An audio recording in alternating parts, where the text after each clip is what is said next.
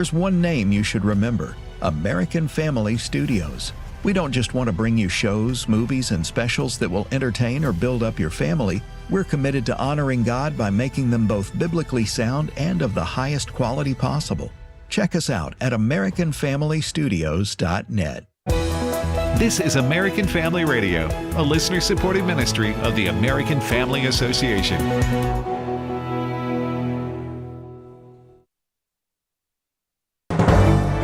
American Family News, I'm Rusty Pugh. All 6 people on board a sightseeing helicopter, including the pilot, are dead after it crashed into the Hudson River between New York and New Jersey.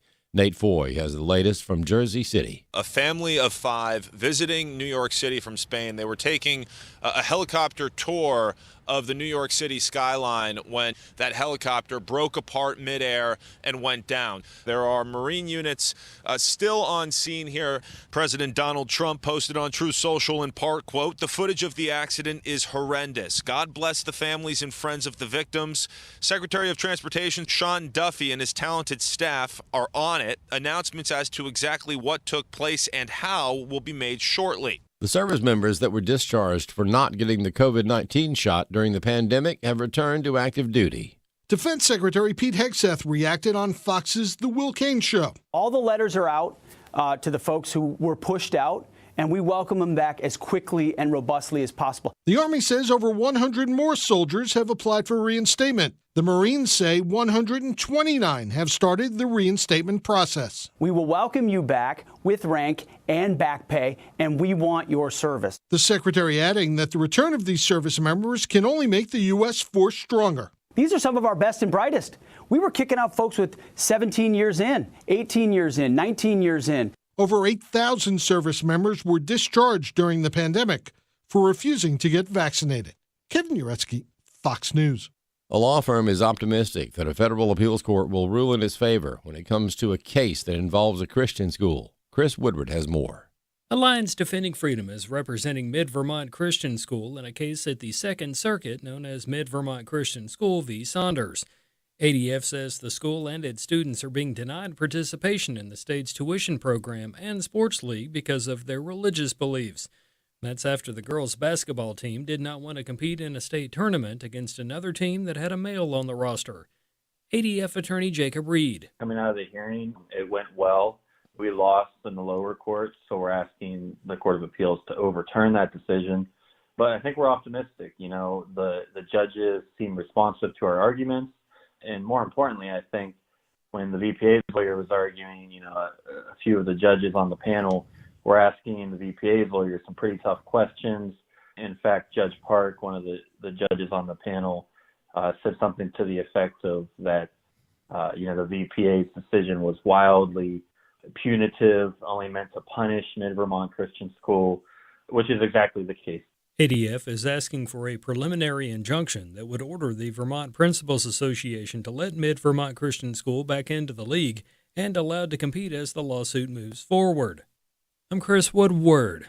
The Office of Student Conduct has recommended that UCLA suspend Students for Justice in Palestine after they vandalized the home of a member of the Board of Regents.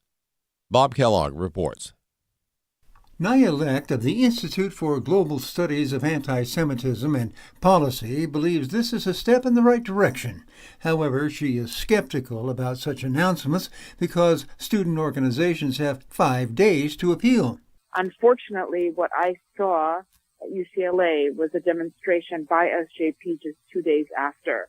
So they seem to actually still be active because you can state that you want to suspend a student group, but the actual suspension may take months.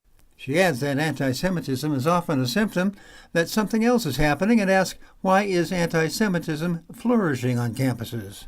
And what that something else is, faculty see themselves as change makers and activators instead of educators, instead of people whose job it is to teach in a classroom. They really are abusing the university and using the university to promote a political agenda.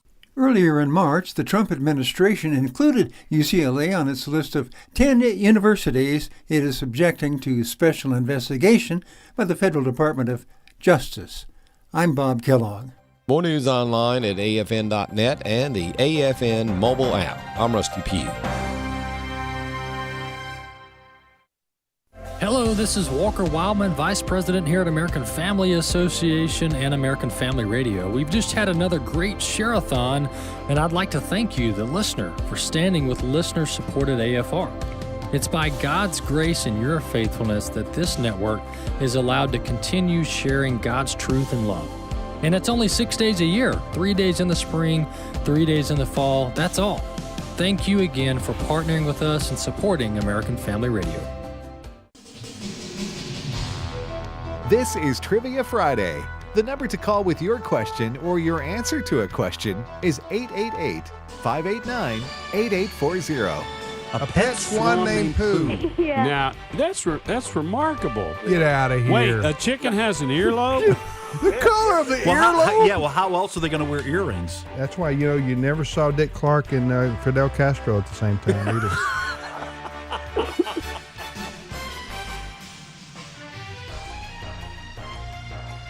Good morning, everybody, and welcome to Trivia Friday, right here on American Family Radio. Thanks for listening to AFR. It is Trivia Friday. I'm Tim Wildman, and the fellow professors here at this here fine institution for learning University, is Ed Battagliano. Good morning, Tim. I think I'm supposed to say R there. Yeah. R. R. There's two, but I said is. R. The two. The Pirates is here. He's off to start, ladies and gentlemen. He's had 3 Diet Cokes. He is ready to go. That's right. That's one Ed Battagliano. Let's give it up, Ed. Yes, Let's give it up for Ed Ed. Battagliano. He's ready Nicely to go. done, Ed. All right, J.J. Jasper, the pride of Owensboro, Kentucky. So glad to be here, and I think the reason why Ed is so wired is because we just concluded our 3-day spring share-a-thon, and we certainly want to say thank you, those of you that were praying and participating. Here's what we ended with at the end of the day yesterday. You ready for this? Ready for this. $4,147,288. Amen. So basically $4.1 million, and we just can't thank the Lord enough and say how grateful we are for God's goodness and for your generosity. Amen. Thank you. The faithfulness of our listeners who entrust us with their finances, and we're very grateful. And there were more than 17,000 pledges. people who pledged, and that those, Tim, as you mentioned, a lot of those represent families. Yeah. So we appreciate the number of people who stand with us in getting the message of the truth out. And if I can make mention, we left the AFR.net. We've left that up live over the weekend because sometimes people will be out of town, or you just take a break and you don't listen to your radio for a couple of days, and they go, oh, share-a-thon happened? Oh, I missed it. Well, no, we're going to leave AFR.net. AFR.net, we'll leave that live, and you can donate still over the weekend if you'd like to. Amen. Tim, JJ, and Ed, and this is this is not share-a-thon. This is Trivia Friday here on American Family Radio. We're going to ask questions and ask you to call in and answer and ask. So you call in, you answer one of ours, and you ask one of your own. That's what we prefer. You don't have to do that. You can do one or the other. We prefer that you do both. And you have to be 11 years old or older That's right. To call in. We have that rule in place. And then also, what's the other? Well, we're a tariff-free Trivia Friday. That's the other thing you're looking for. Tariff-free? Absolutely. Tariff-free Trivia Friday. It's worth noting. And if you have been on the air with us the last 8 weeks, we do ask you to wait a week so some other people can get on. There are other people who want to enjoy a tariff-free Friday. That's with right, the brother. Professors. So all right. So one of these questions we're going to ask is a mystery question, and as JJ says, if you land on the mystery question, you answer correctly, you will win a what, JJ? You'll hear this sound. Oh yes. The beloved cowbell shall ring, and all the world will know you've won yourself an AFR ball cap. Ball cap. Good-looking ball cap. I'm looking at that right there. It's a nice-looking, durable ball cap. It's versatile. You can wear it if you're, playing ball, driving a truck, out on the farm, driving a NASCAR. There are many different ways you would wear this hat. Am I right? That's absolutely. You can wear it backwards if you're young enough. Yeah. If you're over a certain age, you shouldn't mess with those. Why kind do of people things. wear ball caps backwards? I don't know. I'm What's too their old. what's I'm their too old to know. I just wonder what's the motivation for that. Just it feels better or something. I don't know. Yeah, I don't know. Just curious. We need to ask some young person. Just I'd ask what Frank Crayley, our producer, but he's not really young anymore either. I would make ball caps without the bill, and that way people could wear them both ways. They did backwards. No, they did, and they had a little propeller. I was just going to say they called it a beanie. All right, good one, JJ. All right, so we're going to ask our questions now and get this show on the Did we road. give the number? Did we give the number Yes, out? give the number. I'm sorry. All right, 888-589-8840. 8840. That number to call again if you want to get on this here show, 888-589-8840. All right, shall I get started? Yes, sir, you shall. Here are my 3 questions. When a gas changes into a liquid, it is called what? When a gas changes into a liquid, it is called what? A shame. It's what? Shame. Called a shame. A shame. It just that shouldn't happen. Yeah, it's shameful. Don't you think so? Yeah. That's what I was always It's taught. shameful. You know, in the Vacation Bible School. Yes. You go back to the flannel graphs. If you're in doubt about anything, history, chemistry, go back to the flannel graphs. It all goes back to that. It does. doesn't it? Yeah. What does a gas changing into a liquid have to do with flannel graphs? We'll talk about it later. Okay. Yeah. All right. We're sorry. Okay. Second question. How many I don't even know what flannel grass is. Am I supposed to know?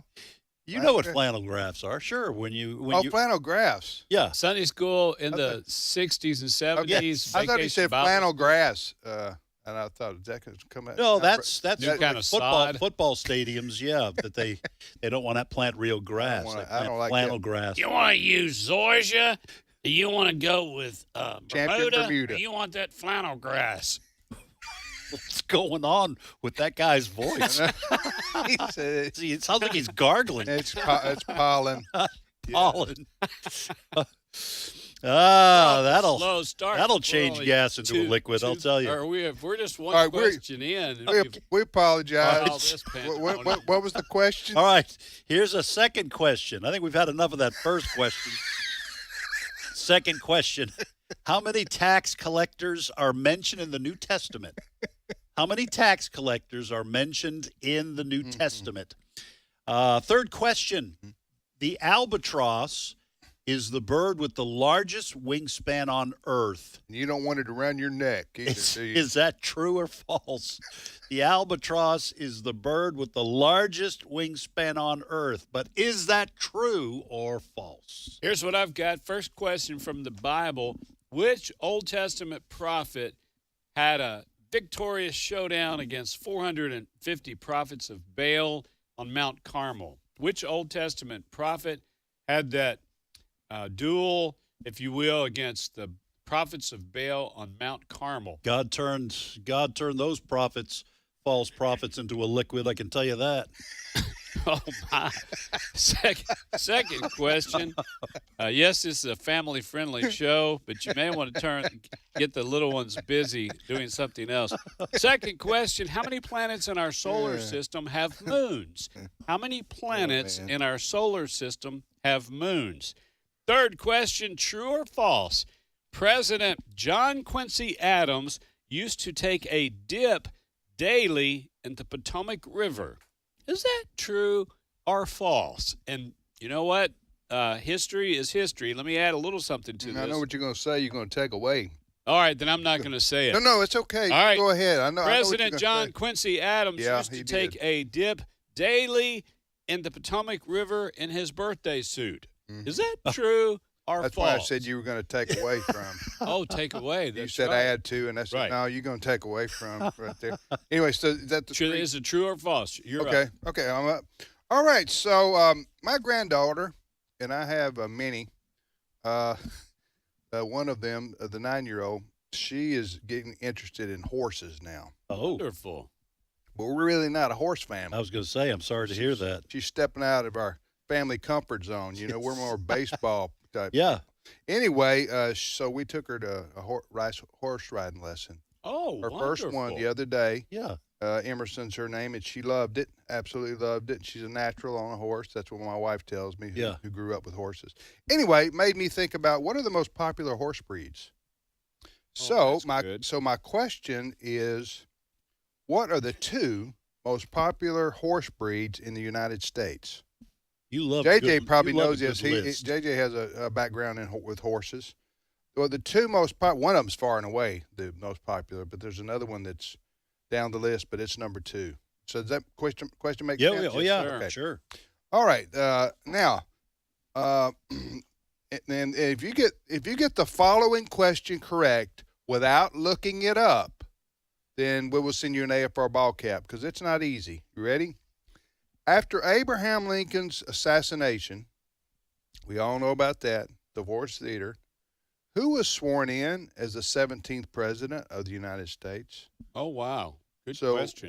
who was the president, who was his vice president, Lincoln's, that was sworn in upon his death after the assassination? Now, they can answer it if they look it up, but they don't win the ball cap. That's right. Okay. That's right. All right. And number 3, I usually have a food question somewhere along the way here. This one is, what are the top 2 best-selling cookie brands in the U.S.? Far and away, these are the 2 best-selling cookie brands, not like chocolate chip. Oh, okay. Not the type flavors. not the type of cookie. Yeah, but the brands like you buy at the grocery store. Oh, okay. The 2 top best-selling cookie brands in the United States are what? All right, let's go, Ed. All right, we're going to go to Georgia first, and Ramona is on the line. Ramona, welcome to Trivia Friday. Ramona, are you there? This happened last week. Hello, Ramona. Oh, I hate losing some. Ramona, you there? She's. Huh? All right, I'll put her on. I would like to be able to get her back on. Oh, I hear somebody. I hear Ramona? something. Are you there, Ramona? Uh-oh. I think I got knocked offline. Well, you're back. And welcome to the program. Do you want to ask, answer, or do both? I don't think she was gone. talking to us. She was talking to somebody in the room. I don't Oh, think she was okay. able All to right. hear us. Sorry about that, Ramona. That Well, may we be gotta on get that our end. fixed. I don't know what that's. That may not be on our end. Yeah, that's true. But sorry about that, Ramona. I tell you, if anyway, That's a unique name. So Ramona if from Ramona Georgia. wants to email us, we'll try to get her on next week. Yeah, try. That's good. Oh, she's on. Is Cindy saying she's on, Ramona? All right. Well, let's go first to Virginia. Oh, she's on. Ramona's on. But yeah, you can go ahead to Mark, and then we'll go back to Ramona. So, Mark from Virginia, welcome to Trivia Friday. Hello, professors. Hello, Mark. Hey, Mark. It's the Birdman. Mark Fidrich. Mark Fidrich. The Detroit Tigers. Hey, Mark, you want to ask, answer, or do Yeah, both, Mark. buddy? Both, please. Which one you want to answer? The Abraham Lincoln one, please. All right. Do you know this without looking it up? I do. Here we go for a ball cap. AFR ball cap and a new bird feeder. We've got Mark's going to answer this question. After Abraham Lincoln's assassination, who was sworn in as the 17th president of the United States? That would be Andrew Johnson. Yes, Andrew All right, Johnson. nicely done. You're gonna get a ball cap from us there, Mark. Also, Thank you. Do you know where? Do you know where Andrew Johnson hails from? A southern state, I think. Yes, he was from Tennessee. Okay. He was a U.S. That's what I would have said. Yes, he was a U.S. senator from Tennessee. So he was a vice president to Abraham Lincoln. They were trying to, reunite the country. Yeah. And after the Civil War, and so you get a Abraham Lincoln being from the north, Andrew Johnson being from the south. That was the purpose for that. And he was a senator from Tennessee. We will send you good. That's good U.S. history knowledge right there. Yeah, 'cause It you sure could- is. That's a deep dive. Mark, what's your question for us? Okay. In the C.S. Lewis book, The Silver Chair, Is Puddleglum a marsh wiggle or a marsh wriggle? You know, we were talking about that at dinner. Yes. You and Allison almost named one of your kids Puddleglum, but you didn't want them to get made fun of on the playground. That would surely happen. Yeah, and let's face it, people do that. They reduce it to PG. You know what I'm saying? Yeah, they won't even say you're called PG your whole life. That's it. You know what I'm saying? Won't even use the proper name. Yeah. Or whatever they decide to identify as. So what's the question again? I'm sorry, I was distracted. Okay. In the C.S. Lewis book, The Silver Chair, is Puddleglum a marsh wiggle or a marsh wriggle? Did you read that book, Ed? I've not read Ed, that we're book. looking to you. And we got a 50-50 chance. 50-50. I'm going to say a marsh wriggle. I'm going to say the other one. I'm going to say marshmallow. Marsh Wiggle, because I liked watching those guys on the show, those Marsh Wiggles for the kids show. Marshmallow. Yeah, I know what you're talking about. All right, what's the answer? Okay, he's a marsh wiggle. Wiggle. What differentiates that from the other one? Marsh wriggle. What? A letter. Oh, okay. It's not like the way they talk or walk or chew or anything like that. Okay, well, that's interesting. No, here's what it is. They had them come across the Jordan River, and they had them say this certain word. Be careful. And the Marsh Wriggles, they couldn't say it. And the Marsh Wiggles could. Yeah. And they said, "Oh, this is a bad day for you, pal." And then they almost made it into the Wizard of Oz. Those people. Yes, that's right. You know, but they were too big. They got bumped out by the little dwarfs. Bumped out. Hey, thanks, buddy. Stay on the line so we can get your address the Munchkins, and send you the cap. The Munchkins had a much better voices, much stronger union. Yeah, at the time than the Wiggle Marshes. Okay, so all right, so now, Mark is getting his information in. We'll get him an AFR ball cap coming your way, Mark. All right, now we go back to Georgia. Yes, we do. Hopefully, we got Ramona on the line. Ramona, you there? I am here. Can you hear me? Yes, we can. We can hear you. All right, sorry good for deal. the whatever happened there. Technology's great until it's not. So well, I need a new iPhone, but I probably should get it soon, shouldn't I? Well, it could be if you've got an iPhone 6 or something like that. It's falling behind a little bit. She's talking about the prices about to be jacked up. Yes, that's tariffs. So we're not having tariffs on this show, but that's right. I'm saying it's the talk out there. We just had a tariff-free share-a-thon, and we've got tariff-free trivia for you today. Hey, Ramona, ask, answer, or do both. Do both, please. Which one you feel confident about? Mm-hmm. Right now, the only one I do is the gas question. All right, Bring Ramona, it, Ed. here's the question. When a gas changes into a liquid, it's called what? Condensation. Condensation. Oh, nicely done. Very good science question. Condensation. I am deep into science, man. So when a gas turns into a liquid, it condensates. Yes, it does. It condensates. Condensates. Can you see it? Can you watch it happen in real time? Yes, you can. You can. Yes, a lot of people don't know that. Like a movie? My Is it interesting? My extensive experiences with scientific experiments.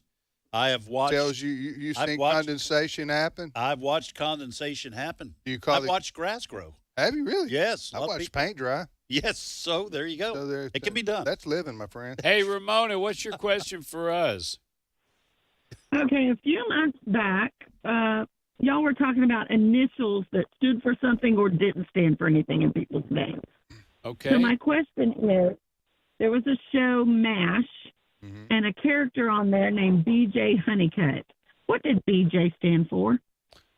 B.J. Honeycutt on MASH. That was a very popular sitcom for those who don't know. Yes. Back in the 70s and 80s, I guess. Long running. They set a lot of records.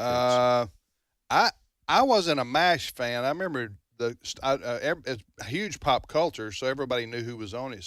Donald Sutherland and Jamie. That was the movie. Jamie. The movie had Sutherland on it. Okay. All right. Not the TV show. Do you know, Ed? I don't. I would just have to guess. Brian Joseph. I've got no idea. Yeah, we're stumped, Ramona. What's the answer? Okay. It stood for BJ. His mother's name was B. Honeycutt, and his father's name was J. Honeycutt. Wow. BEA and JAY. Who played that part on the TV show? I knew you were going to ask me that. I can't think.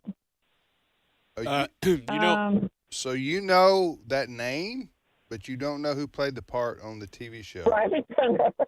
No, that'd be easy to not know. Hey, I'll tell you while we're talking about the MASH, their last, their swan song, their last episode, it like set all kinds of records for the people that viewed that. But here's another thing.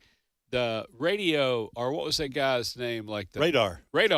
Radar had like a deformed hand, and people didn't realize that. And so he was always holding a clipboard, or he would have it under something. And that was pretty cool that, like, if somebody is deemed too tall or too short or this or that, these days, if you don't look like you just stepped off a runway, they probably wouldn't give you a chance in Hollywood. But he had I think a pretty severely deformed hand, and nobody would have known that watching all those episodes. Yeah, that was a lot of episodes too. Had you heard that before? No, I didn't know that. Yeah, you can look that up. You know what? I remember. We may have talked about. I remember. You can say goodbye. Oh, thank you, Ramona. Thank you so much, and sorry for the confusion. Yes, you have a great weekend. Thank you for your. That would have been in. I remember that final episode because I was in college at Mississippi State back probably about 85, 86, right in there somewhere, wasn't it? They hyped it up and it 87? delivered. It was like, people. But I remember they had parties, like MASH final episode parties. Like college students needed a reason. Well, because it the party. Hey, I have an idea. Yeah. Tuesday night we got the MASH final episode party. And if that didn't prove them needing a reason, when the VeggieTales first came out, of course for little ones, but college kids were watching that in the dorm, and they were getting together and having parties to watch VeggieTales. Yeah. Well, that show lasted for so long that a lot of people grew up watching it. MASH. And so it was kind of an emotional attachment to a lot of the characters. So. Let's go ahead and take our break about a minute or two early. That way we don't get into a call. Then we have to take a break. So when we come back from this here break, we'll reset our questions. And if you've just joined us, we can't say thank you enough for your prayers, even those of you that weren't able to give during our 3-day share-a-thon. Your prayers mean so much. Prayer is a difference maker. Thank you for those of you who gave a gift. These days, we know many of those gifts, it required a sacrifice on your part. So God bless you. Thank you for your love and your prayers and your support of our 3-day spring share-a-thon. Huge success, $4.1 million. Amen. All right. Jesus. If you want to, by the way, when we get back from this break, we'll go to Bill in Tennessee, and then a whole slew of folks from around the country. It's a slew. Yes, it's a slew. Coming right at you.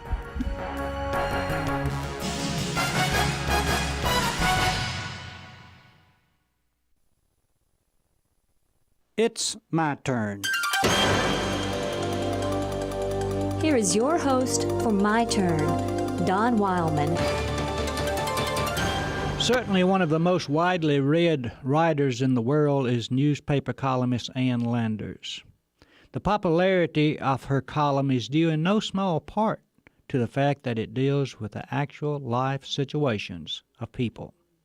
In one of her columns, Ann Landers tells a very moving experience. A young mother of 3 children wrote Ann that a recently married couple had moved next door to them. Wanting to be neighborly, the young mother began sharing much of her baked goods with the newly married couple. One day, when she carried a few slices of a freshly baked orange sunshine cake to the couple, the bride handed her an envelope which was sealed and asked the mother of 3 not to open it until she got home. Back home, the envelope was opened and the contents were a heartwarming surprise. "Do you know what was in that envelope?" the lady asked Ann Landers. 40 slips of paper, and on each was written, "This entitles you to 1 night out. I will be your babysitter." The young bride, working to help put her husband through law school, found an excellent method of expressing her appreciation for all that her neighbor had done for her. All of us, no matter how poor or handicapped, have something to give. Each has a talent through which we can show appreciation and make the world a little brighter. The carpenter taught that just a cup of cold water given in his name would go a long way in making the world a better place to live in. Do you remember the child story we all heard when we were growing up? The little boy was passing through the jungle when he heard an awful groan. On inspection, he discovered that it came from a lion that had a thorn in its paw. The little lad was afraid of the lion and didn't know what to do. He hated to see the lion suffer, but he knew that lions ate people. Finally, the little boy went over and pulled out the thorn from the lion's paw. Quickly, the little boy scooted along his way. Years later, as a grown man, he found himself cast into the lion's den because of evil men. However, the lion that was supposed to attack him came and licked his face. You see, it was the same lion from which the man had pulled a thorn from its paw years before. Regardless of how it may seem, little kind deeds are not forgotten. They make a very definite and a very favorable impression on those they're done to. And certainly they help even those who do them. If you doubt it, ask the lady who received the 40 babysitting tickets. Or if you can be a child for a moment, you can even ask the little boy who pulled the thorn from the lion's paw. A little kindness given is a little kindness received. This has been My Turn with Don Wildman, a production of the American Family Association. What no eye has seen, what no ear has heard, and what no human mind has conceived, the things God has prepared for those who love Him.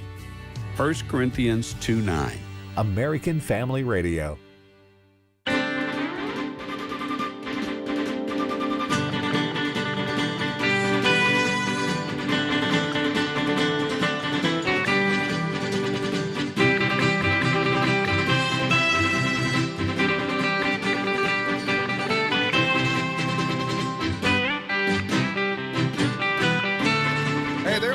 Theme songs as good as that, but that's hard to beat right there. I love that theme song.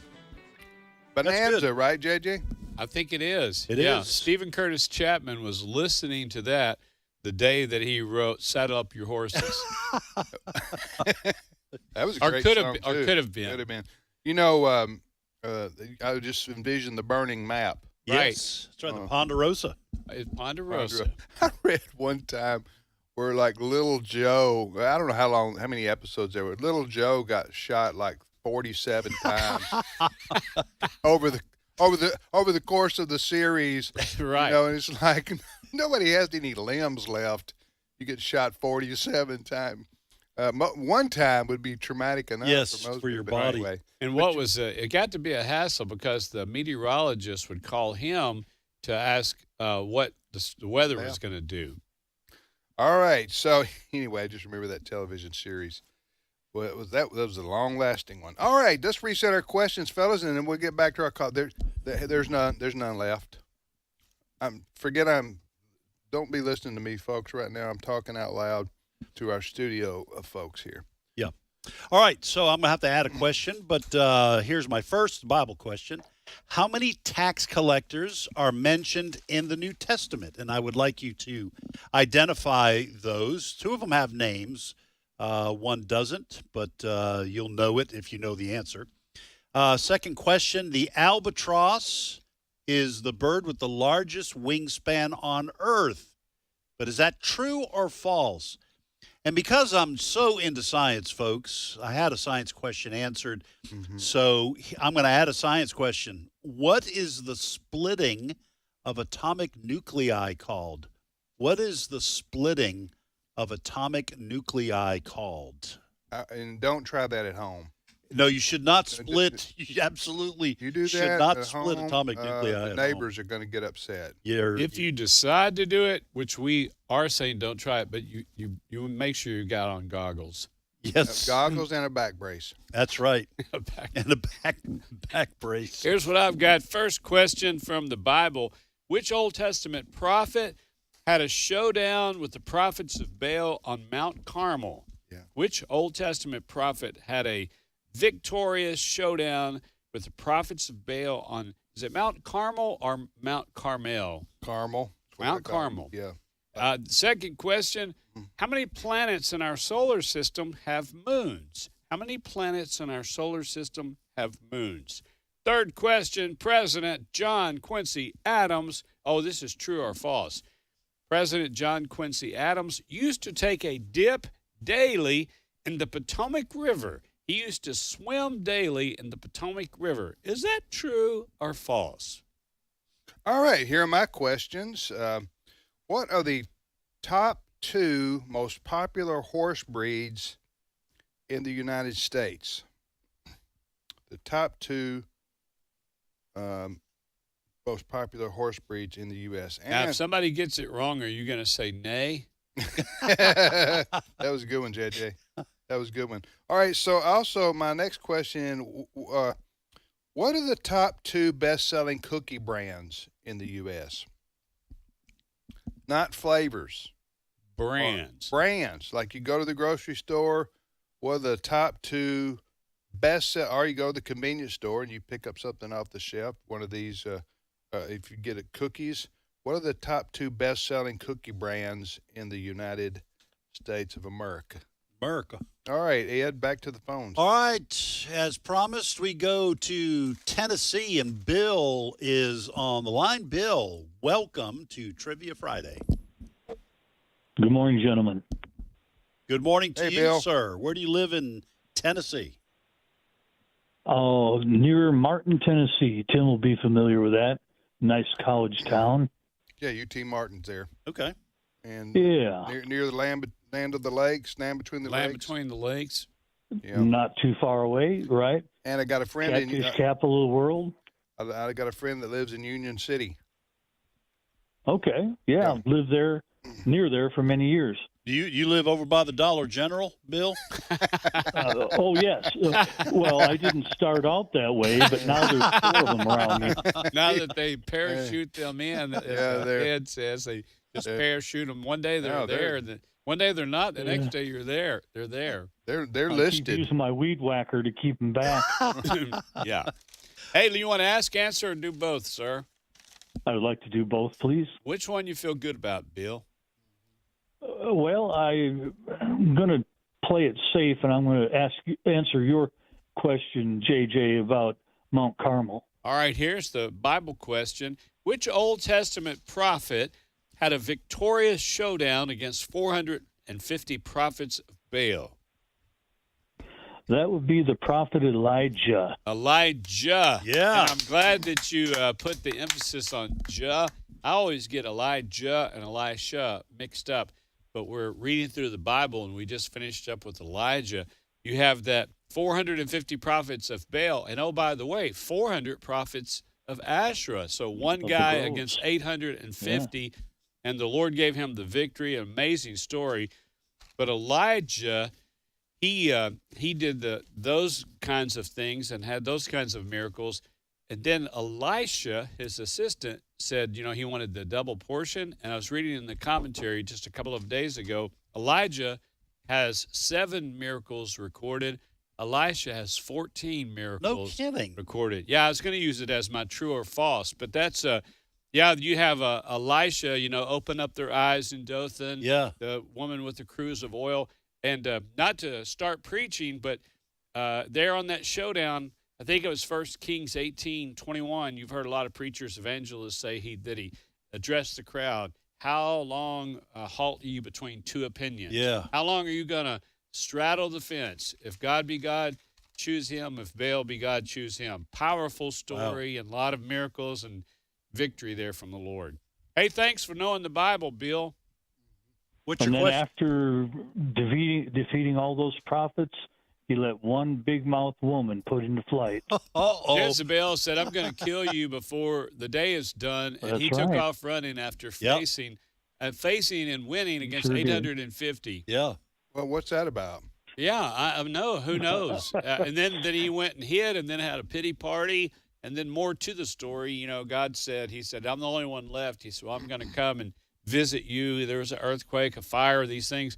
Then there was a gentle whisper, and that's where the Lord was. Kind of like Psalm 46:10, be still and know that I am God. Amen. Amen. Hey, Bill, this is great. This is a great Bible study. Some preachers might be getting a sermon out of this for Sunday. I hope so. What's your question for us? All right, you folks were talking about MASH a little bit ago, Radar O'Reilly. Yes, sir. Do you know his name? What the actor that played Radar? I don't, but I was sharing a little bit of that backstory. It seems like he was from Kansas or somewhere, and they were telling his whole story. That was the second part of my question. Well, I got this part B right. Kansas. No. No. No. Oh. Yeah, that was Dorothy. Dorothy was from Kansas. That was Dorothy. You know what? I used to watch it all the time in high school, and those names would pop up when they're, the show is being introduced. I can't recall it. Do you? I can't either. Anybody? All right, real quick. You stumped us, Bill. Gary Berghoff. That's it. Gary Berghoff. Gary Berghoff. Bill, did you? And he was from Delavan, Wisconsin. Oh, really? About 20 miles from my hometown, Whitewater. Wonderful. Bill, did you know about his hand being deformed? Yes. Yeah, yes. That's a pretty cool backstory. Yeah. Yeah, he didn't let any kind of impediment stand in his way. That's right. He played Radar in both the movie and the television series, by the way. Okay. Yeah, that's good. I think the only actor that played the same role. They had entirely different cast for the series than they did for the movie. All right. Of course, it was Donald Sutherland and Elliot Gould. Elliot Gould, yes. Thank you. Yeah, and then Alan Alda and the guy Wayne Rogers, was it? Wayne Rogers. B.J. Honeycutt? Yes. Yeah. Wow, right. you guys are bringing Loretta Swit. You are a real nod to the baby boomers. Reba McEntire. Like the last year. Do you not remember that? I don't remember that We don't remember at all. She was at the very end of the series. Okay, replacing Loretta Swit, I guess. Yeah. Hey, Bill, thank you for listening to AFR. Have a great weekend. All right, we are going to go to Oklahoma, and Tim is on the line. He was left over from last week's show. So welcome back, Tim. Well, thank you, sir. And where are you from in Oklahoma? Where you live? Weatherford, Oklahoma. All right, Weatherford. Hey, JJ should know that. I was just there. Oh, yeah, okay. a couple of weeks I know. ago.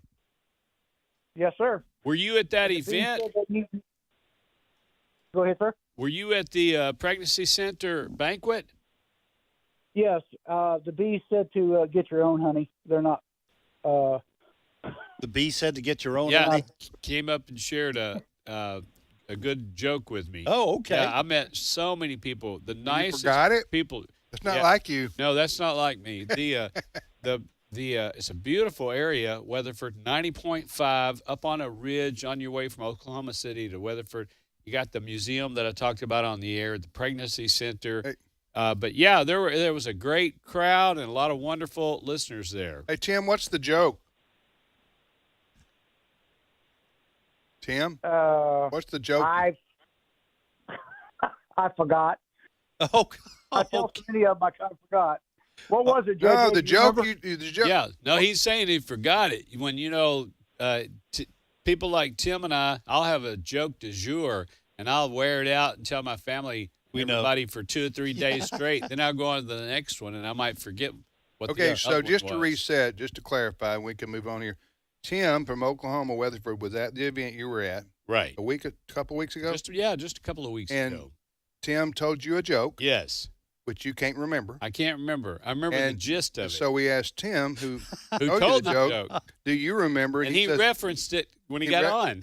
He referenced half of the joke, which led to me asking Tim, Share with the rest of us the joke. And, Share with the class. And Tim doesn't know. No. Is that where we are? So now That's where we nobody are. knows. Yeah, that's where we are. All right. Hey, Tim, ask, answer, or do both, buddy. I'd like to do both, sir. Which one you want to answer? The wingspan question. All right, here's the question, Tim. Ed forgot. No, forgot the question. Fortunately, Ed. I have it written down right in front of me. The albatross is the bird with the largest wingspan on Earth. Is that true or false? That is correct. They got a 12-foot wingspan. That is true. 12-foot Nice. wingspan, the albatross. Now, I'm going to tell you guys something that you're going to think I'm making this up. 100% legit. The albatross makes this long journey across the ocean and actually sleeps. He falls asleep while he's still gliding/flying.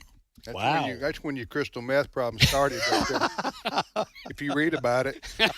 Just nodded off, Yeah. didn't Don't they? He'll sleep. He'll have so far to go, between land, not going to be able to land anywhere. And the way the Lord designed the albatross, get up in that, I don't know if it's the jet stream, wherever it is, but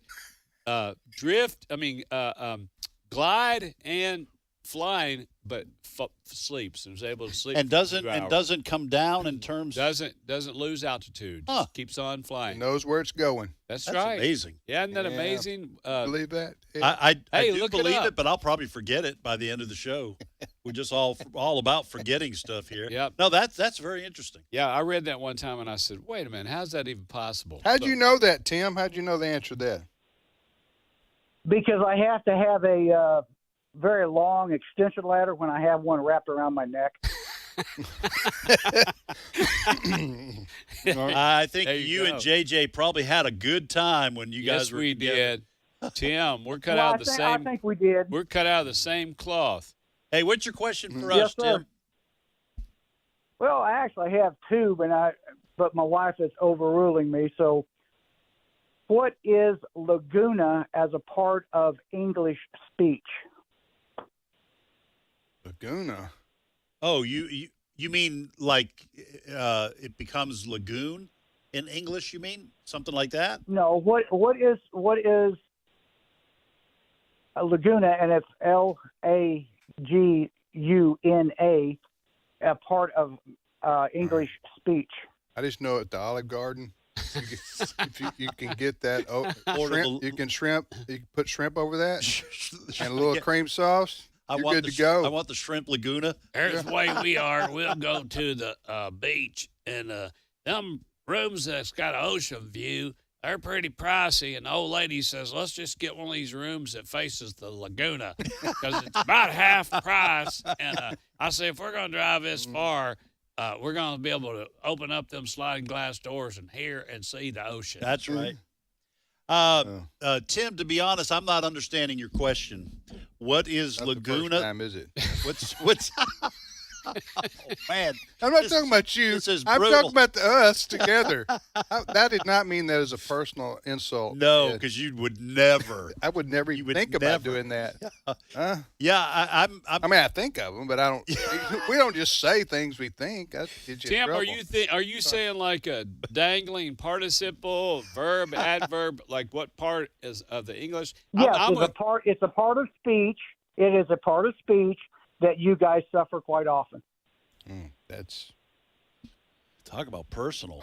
I know. Yeah, you're gonna have to answer. Yeah, we don't. What's the I answer? still don't understand the question. Just go ahead and answer it, Tim. It is a overly long, pregnant pause in conversation. A Laguna is Like now. That's an English Yes, word. sir. That's pretty cool. I didn't know that was an English word. A Laguna. He's pulling our leg, I think. No, I think he's. I'm not either. Well, Yeah. if it is, my wife is pulling your leg because she told me to ask. she's. I think she's played all four of us guys. Nope, I think it's Laguna. legit. A Laguna. Laguna. So pregnant pause. You know, people Overly long. like a comedian or a professor. You'll say something, then you'll, on purpose, put a pregnant Have a pause. Now Laguna. JJ's acting like he knew know what the what word Laguna meant. No, is? I know what a pregnant pause is, but a Laguna. You know what a is medulla oblongata is? Yes, I do. You do? My Where is friend- it? Show me where it well, is. look, my friends have all tried to tell me to get a lobotomy, which is a no-brainer. but I'm not going to do it because I don't want my medulla oblongata affected. All right, thank you, Brother Thanks, Tim. Tim. Thank you, Tim. And say hello to your wife. Yes, and say hi to my friends in Weatherford. Mm-hmm. All right. 7,700 people, and there were 200 at the banquet, 200 plus. Wow. And only 7,700 in the the town? Yeah, I'm telling you, strong You know what? pro-life community there. Brother Tim there in Oklahoma. Yeah. He just remembered the joke. and I just clicked off his name. Man. You know, it's you remember. I know, JJ, we've all experienced you're telling something, a story or a joke, and you get to the punchline and you say, what was that? You know, you forget. Right. You forget it. Then you sit up in bed at night. Yeah. I remembered it. Remember it. All right, Yes. You're listening to Trivia Friday on American Family Radio. Let's repeat our questions. I'm Tim with Ed and JJ. You're listening to AFR, American Family Radio, and we are here every Friday with this show, and we're here 24/7 with American Family Radio. Go ahead, Ed. All right, and I've had 2 questions answered, so I'm adding a third question for the last time. I'm not going through any more of my questions here. Okay. All right, first question. How many tax collectors are mentioned in the New Testament? Second question. What is the splitting of atomic nuclei called? It's a scientific question there, folks. And I got another a question from nature. What bird cannot move their eyeballs? What type of bird cannot move their eyeballs? Sad, really. It is sad. You see them out in the wild? Yes. You see it in their face. Is that bird staring at me? I don't know. You see them in their face. They're like, help me. Yeah. I want to move my eyeballs, but I can't. Right, Yeah. like a deer in the You know what I'm headlights. saying? Literally. Here's what I've got. First question. How many planets in our solar system have moons? How many planets in our solar system have moons? And then how many of those moons have a river? Oh. Moon River. And here's a Brings me second back. question. True or false? President John Quincy Adams used to take a swim daily in the Buff in the Potomac River. Is that true? I hope not. Or false? And third question, I'll add one. How many U.S. state names end with the letter N? How many U.S. states end with the letter N? I would rather you try to do it without looking it up. Okay. Memory. All right. Now, here's my question. I got 2 questions left. What are the top 2 most popular horse breeds in the United States? The top 2 most popular horse. You know this answer, don't you, JJ? Yes. Yes. JJ knows it. He's a horse guy. All over it. So there's one that's far and away the leading breed, and then there's another one that's way behind, but it's still number 2. But enough about Shetland ponies. All right, and my second question is, if you go to the convenience store or you go to the grocery store and you go to the cookie section, these are the top 2 best-selling cookie brands, not flavors. And not cookie types. Not cookie types, brand names. The top 2 best-selling cookie brands in the United States, and these 2 cookie brands dominate, the shelves, so to speak. All right, you're listening to Trivia Friday on American Family Radio, also known as Learning University. Who's up next, Ed? We're going to go to Alabama, and Larry is on the line. Larry, welcome to Trivia Friday. How you guys doing? Good to be back with you. Thank you, Larry. Thanks for being back on with us. How long has it been? 8 weeks. Oh, 8. Okay. You're supposed to wait another week, but that's all right. If you've been on the last 8 weeks, so it's been 9 weeks. Well, it was eight weeks ago I was on, so now I'm confused Yeah, about you're what the good. rule is. No, you're right in line there. Hey, answer, or do both. Yeah. I'll try both. Which one you want to answer? I'm going to take a stab at the cookie brand. Cookie brands. All right. I'm just going to say yes or no. Should I just say that? Yeah. His answer? Yeah. Okay. Make it last a little longer. What Larry may know it. What are the top 2 best-selling cookie brands in the United States, Larry? I'm going to go with Nabisco and Keebler. Okay. Can you say you got one without saying which one? Is that? We're talking amongst ourselves here. These are my answers right here. That's what I got. So Okay. I think you've got the thing backwards. Yeah, that is cookie types. Yeah. I think. Okay. Well, because I know who makes those, and it's a company name. Did he name them? No. Okay. Oh, yes, he did. But yeah, you've got cookie. You said Nabisco and who? Keebler. All right. I'm going to tell you what I got here, and we'll just reconcile. Yeah. We'll hold hands and sing Kumbaya. This is not going to affect our salvation. No, that's right. And you really shouldn't choose a church based on this. Yes. Right. I Certainly mean, not people cookies. do, but I wouldn't. So the answer I have is the number 2 best-selling cookie brand in the United States is Chips Ahoy. Yeah, that's a type of cookie, and it's and it's. I'm going to look up what company.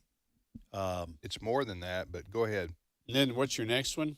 Oreo. Right, and Oreo's a cookie type.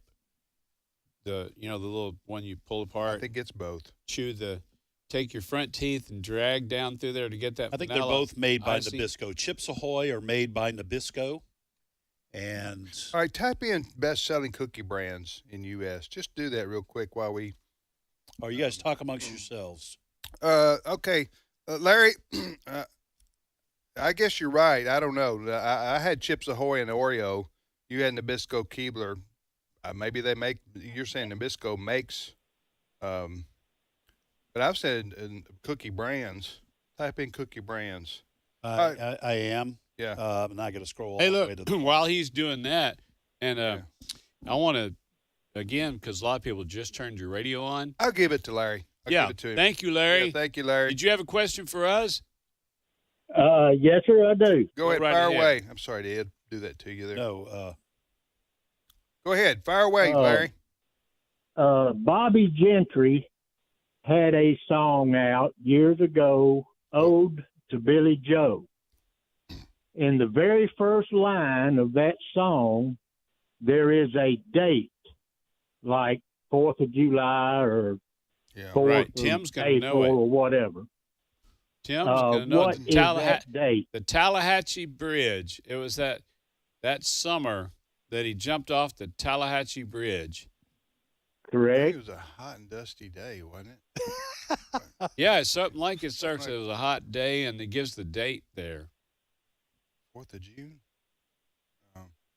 I don't know. Well, I can't remember, Larry. I remember the song well. We know it Heard was it many times. Tallahatchie Bridge, and we know a little bit of the. I think it's June, but I'm not sure. I know the water was wet. Yeah, well, yes, that's right. All right, Larry, what's the answer? The 3rd of June. So I got the month right. Yeah, you got 3rd of June. Yeah, that was that was a hit. When was that? Like 60s? I'd say late 60s, yeah, or maybe middle 60s. That was a powerful song. It's been a while. Yeah. Bobby Gentry. She was from kind of the Delta area, maybe. In Mississippi. I saw her 30 years ago in the hospital here. Did you really? Yeah, she was walking down the hall. She was there visiting some of her family Did you members. recognize her? Yeah. What? Yeah, well, you would have back then. This would have been like in the 80s. She was still a well-known. Still touring and everything. Well, I think somebody said that, writing that song, the story behind it, that she kept that private and kept that a mystery for all those decades, and everybody wanted the scoop. She said, well, I'm not going to say who. All right, Larry, about. thank you, my friend. Appreciate it. If I got that right. Yeah. All right, so this is a little confusing. Nabisco is the number 1 selling brand, but it is owned by Mondelez International. Kellogg's is number 2.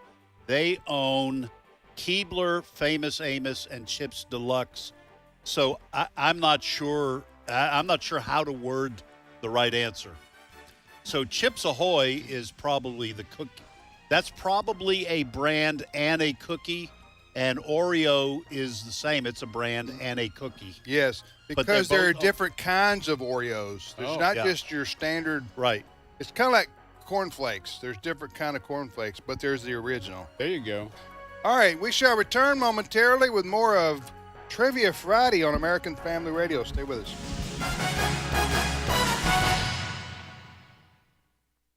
The views and opinions expressed in this broadcast may not necessarily reflect those of the American Family Association or American Family Radio. Faith, family, freedom. American Family Radio. Sometimes being an insider means you understand the joke that only certain ones really know. Other times, it gets you into exclusive places. As an AFA insider, you'll get information about issues and policies that can dramatically impact our families and our Christian rights, and you won't have to travel to D.C. or even dress up to get it. Find out more and sign up at afa.net/activism. This is American Family Radio, a listener-supported ministry of the American Family Association.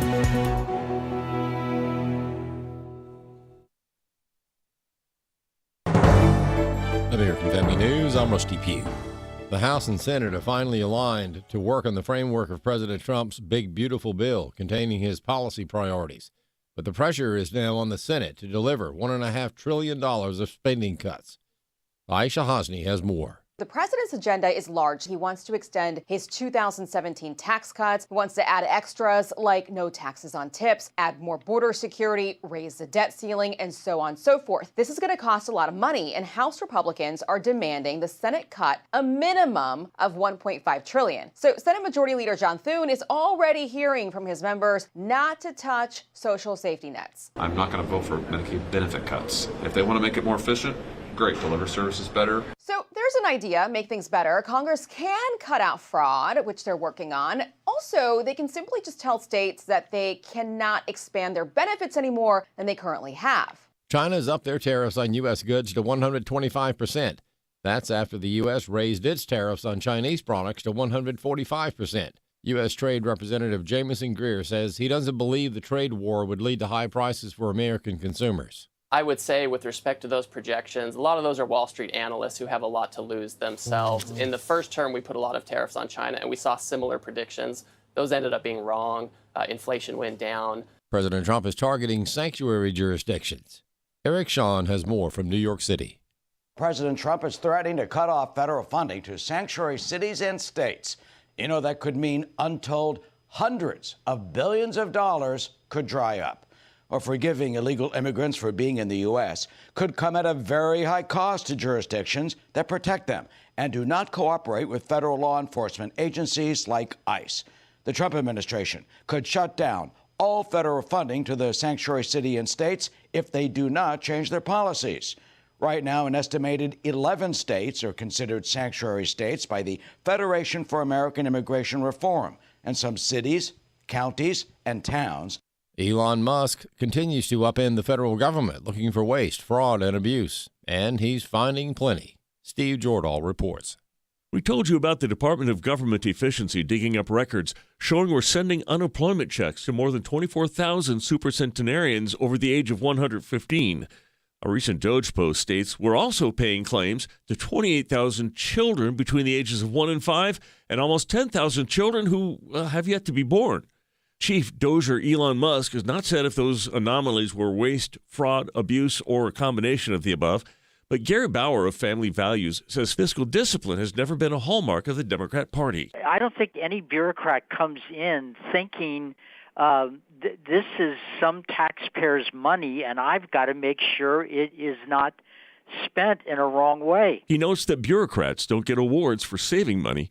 They get awards for coming up with new ways to spend money. The bureaucrats and the people that have oversight on them have not done their job, and we, the American people, are going to be left holding the bag. Bauer says government inefficiency like Doge found at the Department of Labor has been a problem for more than 100 years, and until now, no one has bothered to even point it out, much less do anything to fix it. The fact that we have not got systems where alarm bells go off if the person applying for a government benefit puts down his birth date as being a date in the future, that's disturbing.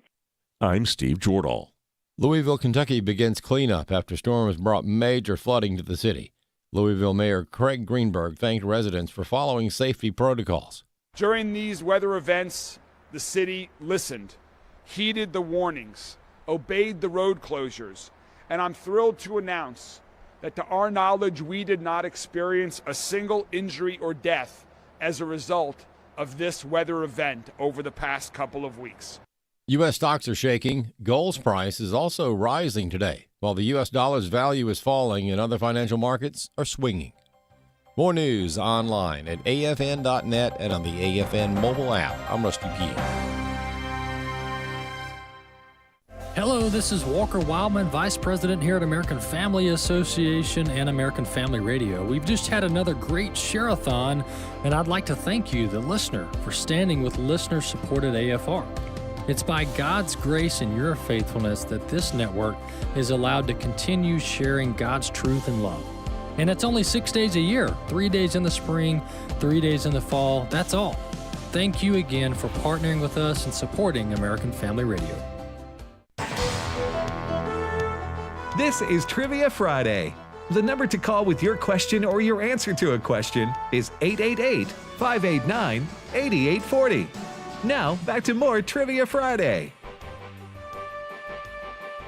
So, real quick, by the way, welcome back to Trivia Friday on American Family Radio, also known as Learning University. Tim, Ed, and JJ here. I'm Tim, and you're listening to American Family Radio. So, the question was, what are the top 2 best-selling cookie brands in the United States? And who was the gentleman on last? Anyway, he guessed Nabisco and Keebler. My answers that I researched for this question, it was extensive and exhaustive. Yes. The research. You had to go and interview people in a hollow tree. You don't know. I skipped lunch for 2 days on a hollow tree. I got that. So the answer that if you type that in that you get when you research this question is you get Oreo cookie is by far the top selling in America. And it says brand. And this Chips Ahoy is number 2. Well, the thing about it is Oreo is both a cookie, an individual type cookie that we all know. The chocolate covered the white cream inside, right? Delightful. Right. But you got different kinds of Oreos. Yes. You got mints, you got raspberry, you got, 1,000 different types of Oreo type cookies. Huh? Could be.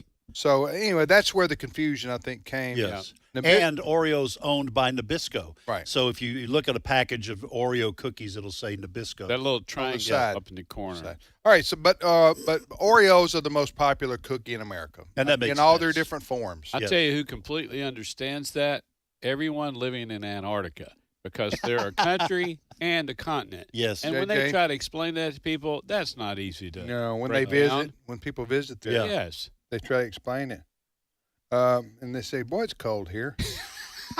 Well, that's because we're a country and a continent. When does spring start? Well, all right, Trivia Friday.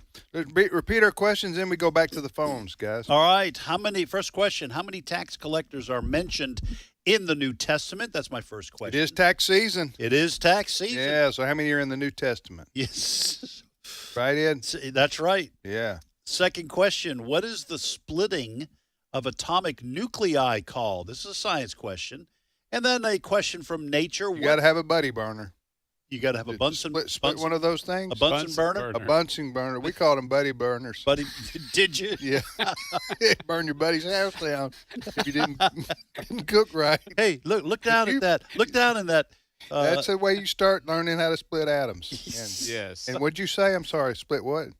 Splitting atomic nuclei. Yeah, that. Nuclei. Yeah, that.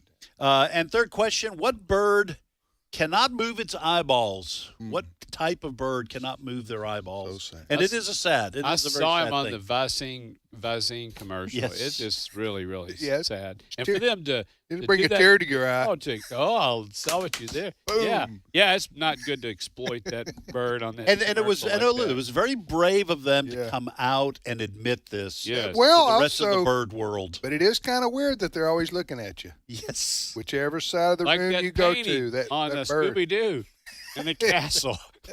Yes. That bird's always looking at you. Always He's looking. never blinking. And you say, what are you looking at? Here's what I've got. First question: how many planets in our solar system have moons? How many planets in our solar system have moons? Second question: true or false? President John Quincy Adams used to swim daily in the Potomac River in his birthday suit. Is that true or false? That's long before the National Enquirer. long. Huh? Am I right? But to fit right in with the National Geographic. Yes. Duly not. Oh, man. Is it my turn? It is your turn. I'm not going to forget that one, JJ. That's anyway. So my question is, I just got one question left here. We're not surprised. Because I'm not going to burn my questions on 20 minutes of learning. Here's my question. What are the top 2 most popular horse breeds in the United States? One is far and away the leading horse breed, and then there's another one that's coming in a close second. That's not close. Around the final turn. I got Can you give a hint and say, let people know it's not the horse outside the supermarket that you have to put a quarter in? Just to give them a hint. Yeah. And it's not the one out of the barn. Yeah, the horse one out get of the barn. out the of the proverbial barn. horse. Yeah, right. You know, proverbial. The proverbial. It's not a proverbial horse. There's no such thing in the real world. And speaking of proverbs, of course, everybody knows you can lead a horse to water, but you can't make them put on their bathing suit. Proverbs 41, verse That's 7.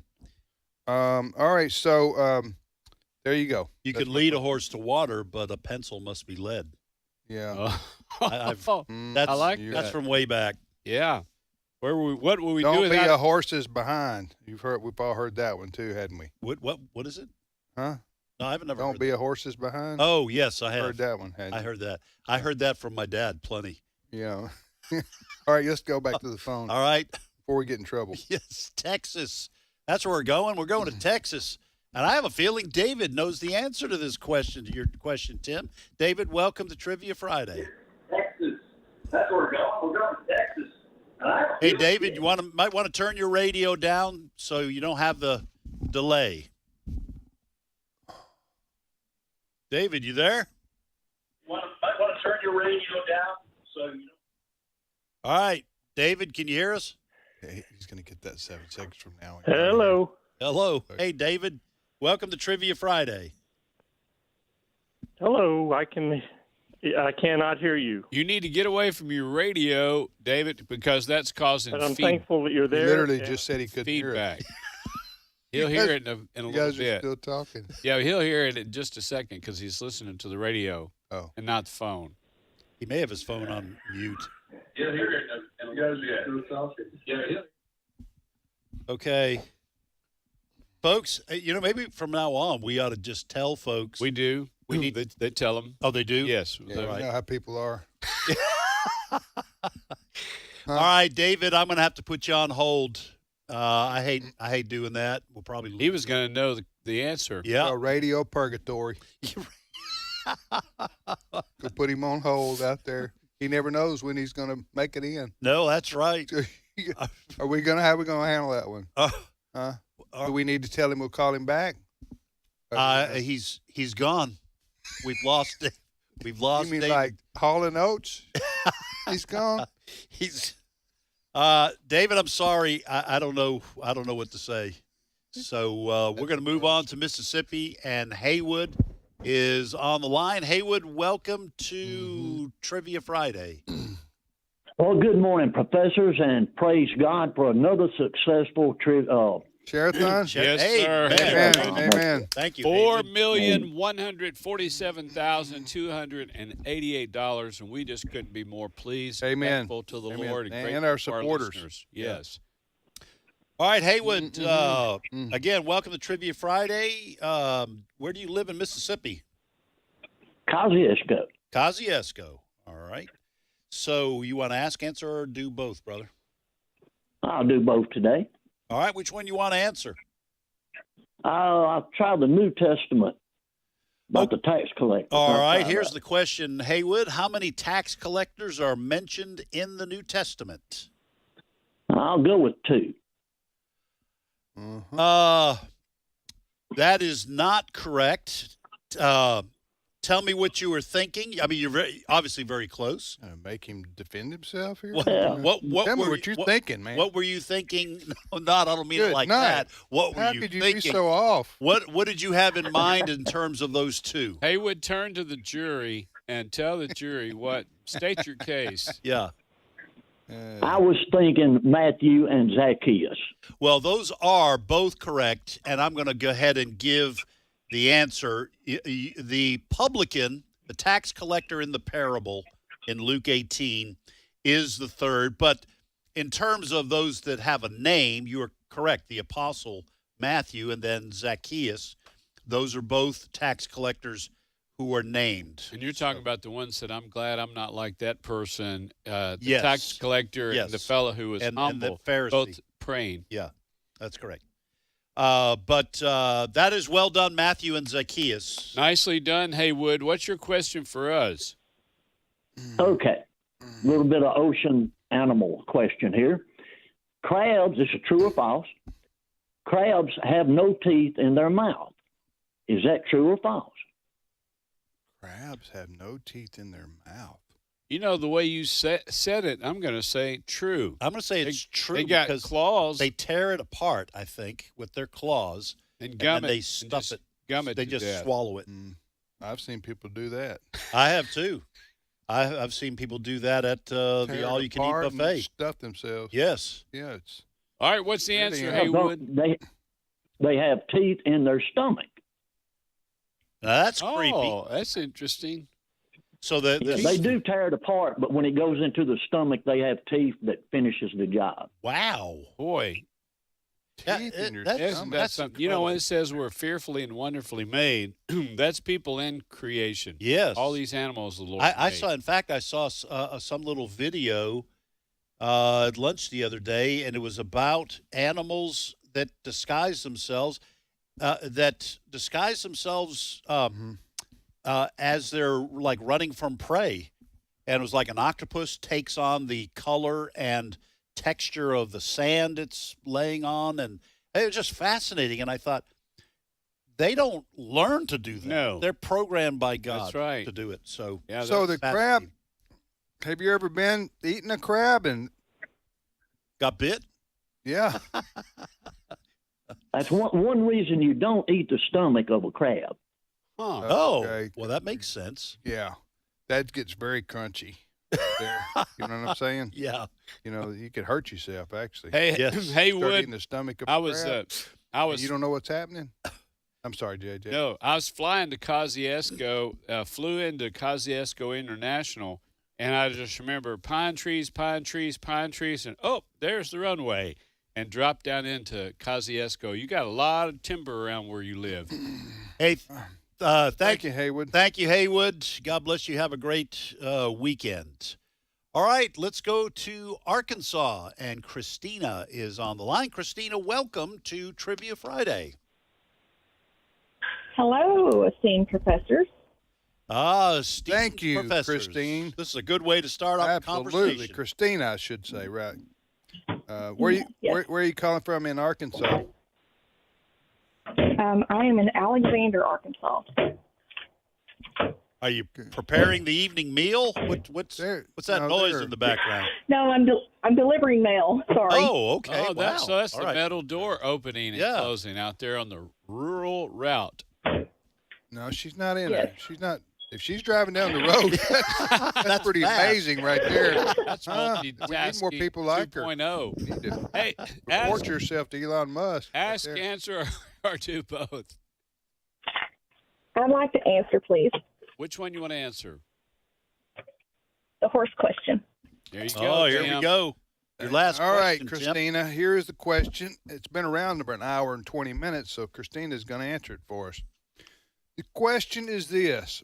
What are the top 2 most popular horse breeds in the United States? Christina, what's the answer? Thoroughbred and quarter horse. You got it. What was the first one? Thoroughbred and quarter horse. Oh, okay. It's Thoroughbred. So thoroughbred is a Hold on. okay. The American quarter horse Oh, okay.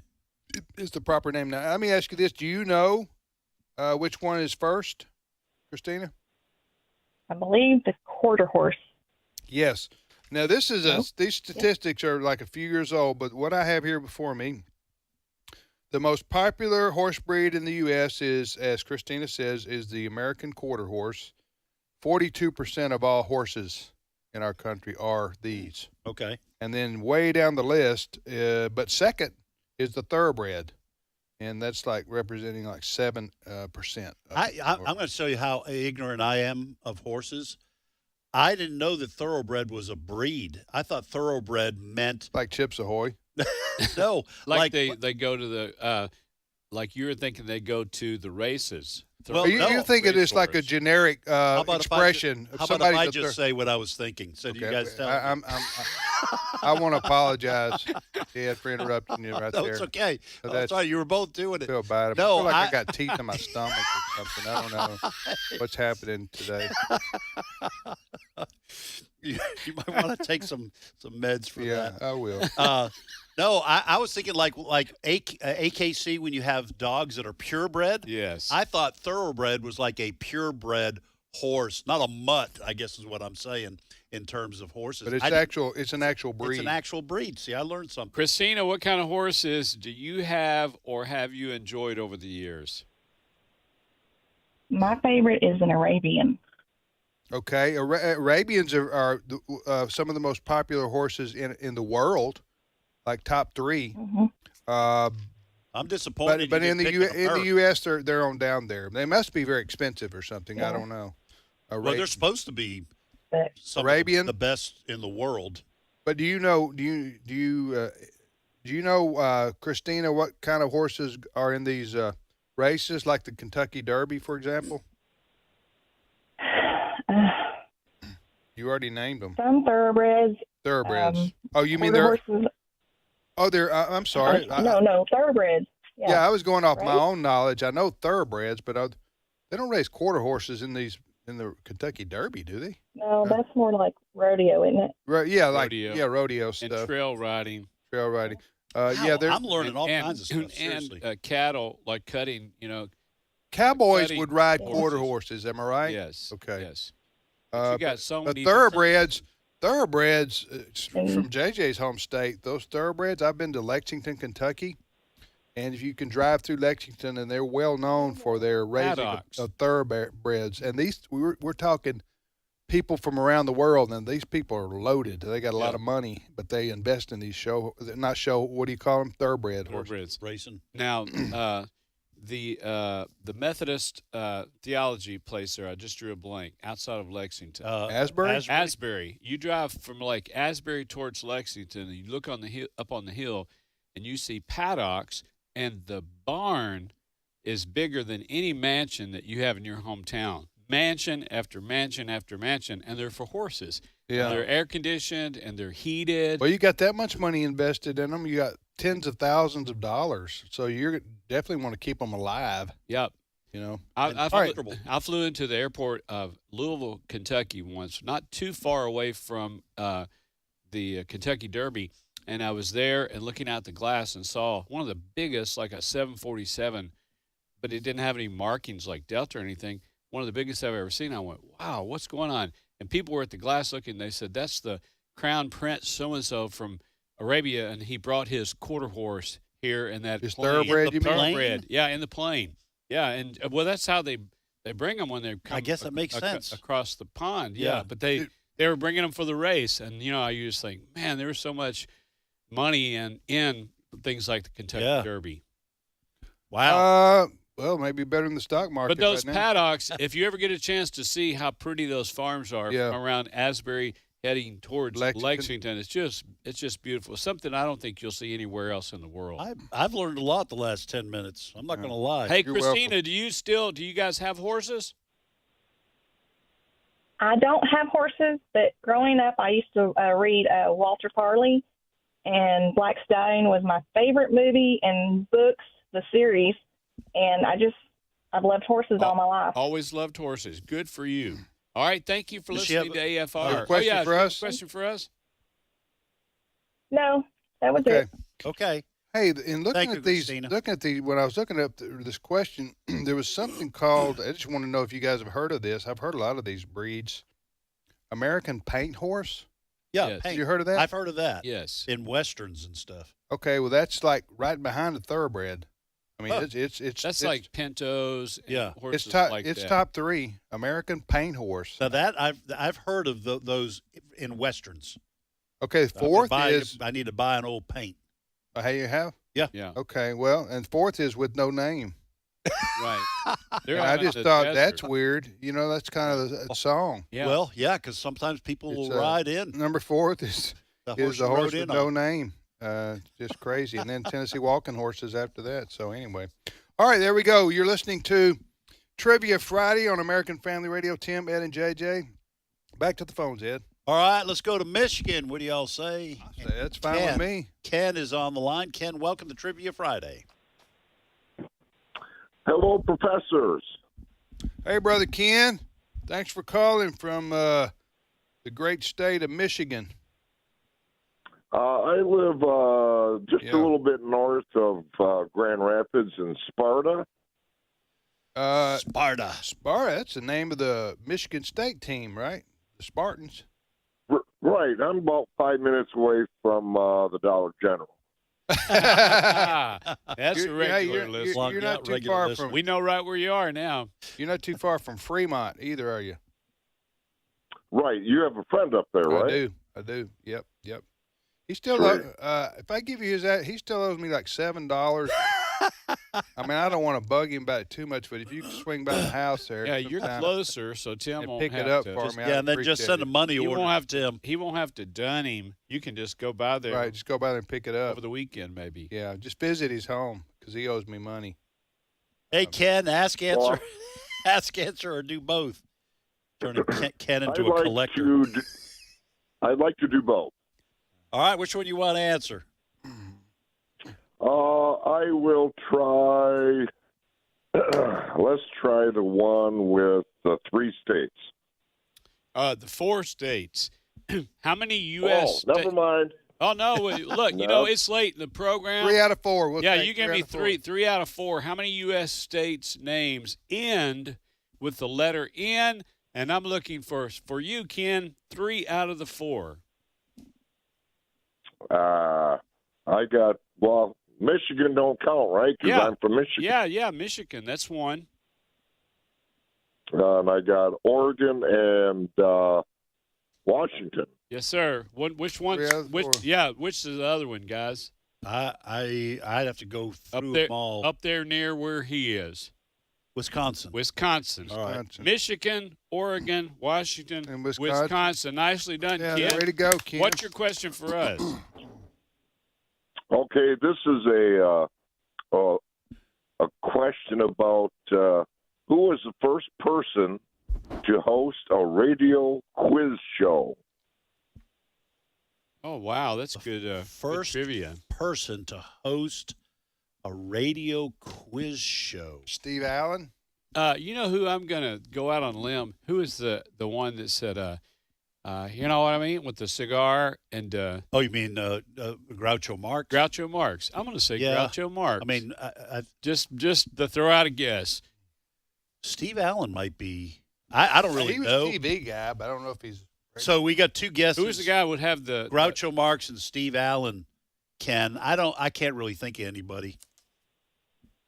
Well, what about Benny? Jack Benny. Who was it? His name is Roger Stark. He hosted the Quiz Kids show in the 1940s. Was that Mr. and Miss Stark's boy? The same one? That I couldn't tell you. Well, and actually, a lot of people don't know he went on to become Iron Man, one of the Avengers. Yeah. Stark. That's some interesting trivia. And of course, we're just having some fun with that. Could have been Dick Clark.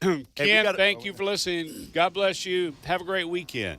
All right, guys. What's the splitting up of atomic nuclei called? Nuclear fission. What bird cannot move its eyeballs? Owl. Owls. That's all I've got. How many planets in our solar system have moons? I'm going to say 6. 6. Earth, Mars, Jupiter, Saturn, Uranus, and Neptune. President John Quincy Adams used to swim daily in the Potomac River with no clothes on. True or false? Well, I know it's true because you told me during one of the breaks, and he wasn't alone, was he? For nearly 30 years, from age 50 to 79, he would wake up 5 a.m. and walk 2 miles and go swimming every single day.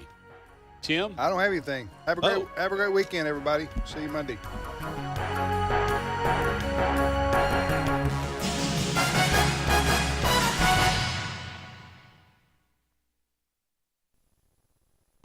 Well, the song says, please come to Boston.